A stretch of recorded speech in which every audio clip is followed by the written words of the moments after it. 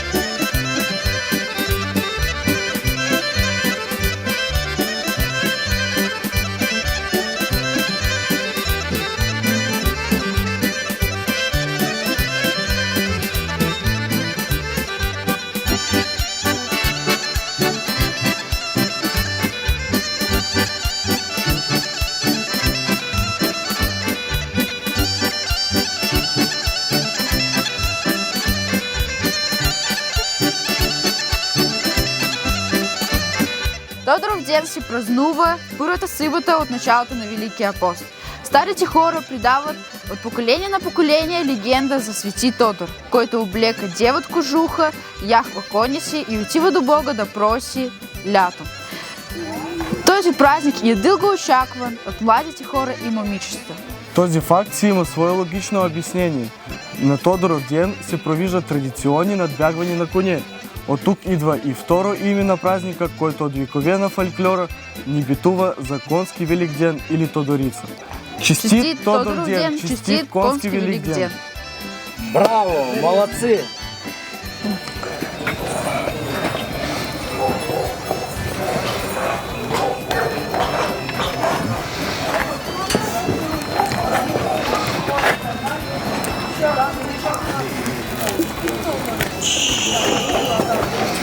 Че добра! Действително, днес е конски велик ден. И символа на днескашния ден, какво означава? Зърно, това ляба. Второто, това конети, живности. Кон ли да бъде, крава ли да бъде, овце ли да бъде, за всичките живности. И третото, това най-главно, това плодородието. Нашата бесарабската земя, дето ражда много добра зимка, дето нашите майки, баби печат много добър хляб. Честит Тодоров ден и много ми е благодарно, че посетихте нашия Боровския двор. Това се казва мене Матвей Федорович. Баща му Федор.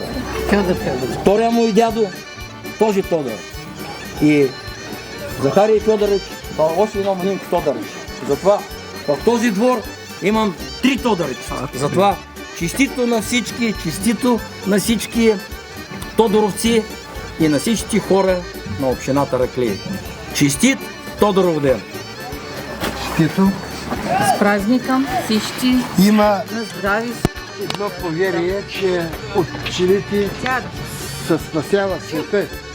И имаме един много човек, който обича да гледа пчелите, това е Димитър Некът, и той подарява на вашето семейство мед, да можете да бъдете здрави и да бъде уважаема година. Благодаря, Иван Иванович. Иван Иванович има повече, да не се объркам да кажа, 40 години, дето един от най-мудрия скал, дето провида в нашата Бесарабия, а тия нашите национални традиции. Иван Иванович, на Димитър Иванович, на братугата ти. Здрави и дай да си караме нашите добри традиции и а тези всички младежи да виждат и да помнят и да продължават нашите традиции. Сме изкарали с тебе не един празник за последните 30 години. Масленица изкарахме, днес Тодоров ден, 3 марта иди. За нас, бесарабски българи, тоже много и добър, голям празник, Деня на освобождение. Имаме 6 тараклийски ополченци, които участвали в тази освободителна война. Затова благодарението на вас и голям поклон на всички, които пази днескашните традиции. Честит Тодоров ден! Аз съм българче, обичам нашите планини зелени. Българин да се наричам, първорадост за мен. Аз съм българче свободно път, така свободен да живее. Всичко българско народно, любя таче и милее. Честит Тодоров ден! Браво, браво! С праздником. На Матвей Федорович, браво! Праздником всички да са живи.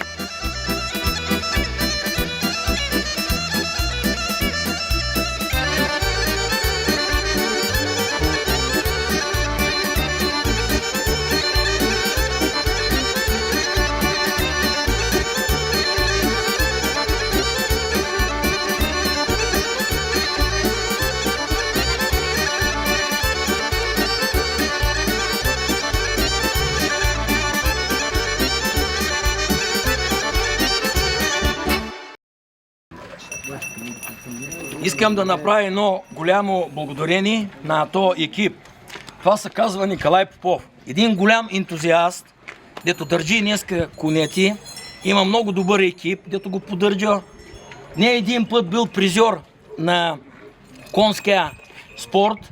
Има коне, дето биле и чемпиони на Молдова и са участвали и за Украина и на други. И дето поддържаме тази традиция. Николай Попов, моето благодаря на тебе А то конския екип, дето го държиш, за това мир и здраве и да си го пазиш, да линчим. А ние с който ще можем, ще ти помагаме. Има още един добър екип, се казва музикален екип. Не може без музика, не е на традиция българска. Затова на музикалния екип отделно поздрави и отделно благодарности. И на всичкия екип конския, бъдите живи и здрави на много лета. И ката година да имаме мир, здраве и желание да си караме нашите бесарабските български традиция. Честит Тодоров ден! Ура!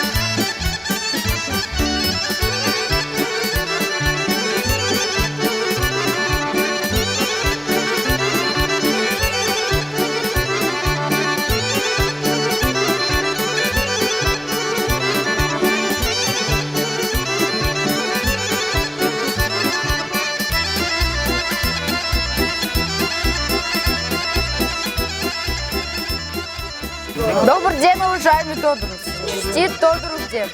Днес е Тодоров ден, който се празнува в първата събота от началото на Великия пост. Този празник се започна от легендата от старите хора, която се предава от поколение на поколение за свети Тодор, който си облека 9 кожуха, яхва коня си и отиде до Бога да проси лято. Този празник е много очакван от младите хора и момичетата. Този факт си има и свое логично обяснение. На Тодоров ден се провидат традиционни надбягвания на коне. От тук идва и второ име на празника, който от векове в фольклора ни битува като конски велик ден или Тодорица. Честит Тодоров ден, честит конски велик ден! Благодаря, спасибо на Господ, че сме живи и здрави, да е мирно времето и лека пролет и урожай да има. Тази година зимата беше красива, сняг има, дъжд има и дай Боже урожай да има обув и всичко да е хубаво. Честито! Опай!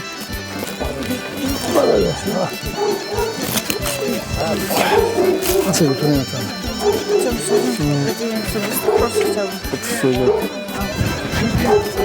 А сега, моля, по една чаша вино. Да бъде годината урожайна, трябва първо да има пчели.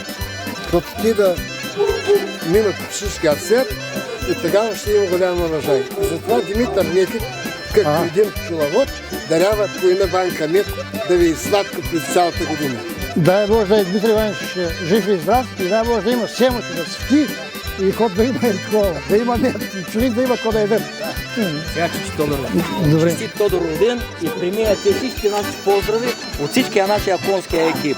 Да бъде конския велик ден, плодовит и на добър път. Добре, дай Боже да е хубаво.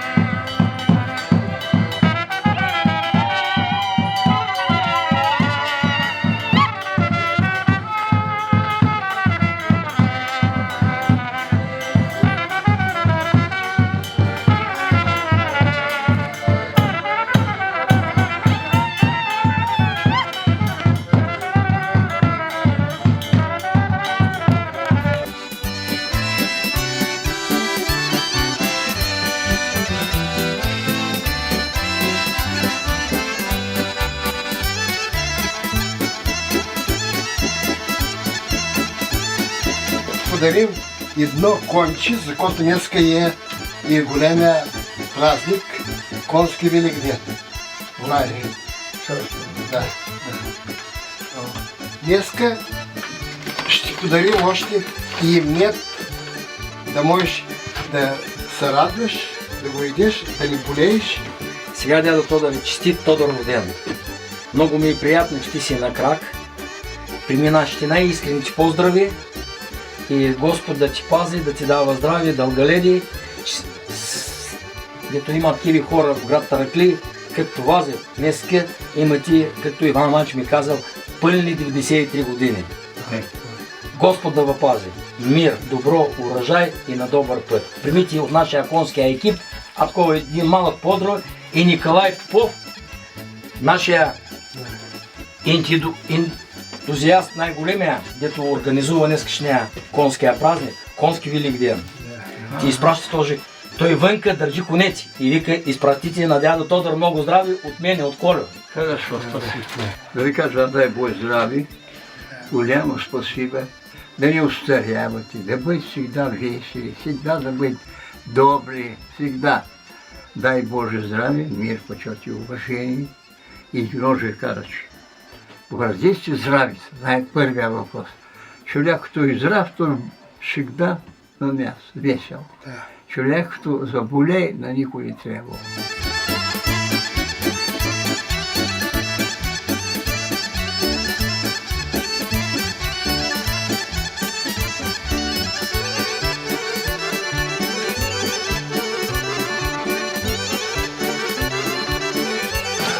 Тодоров ден. Тодоров ден се празнува на Бурата Сивата, началото на Великия пост. Старите хора от поколение на поколение предават легендата за свети Тодор, който облека девът кожуха, яхва коня си и отиде до Бога да проси хляб. Този празник е дълго очакван от младите хора и младите мъже. Този факт си има свое логично обяснение. На Тодоров ден,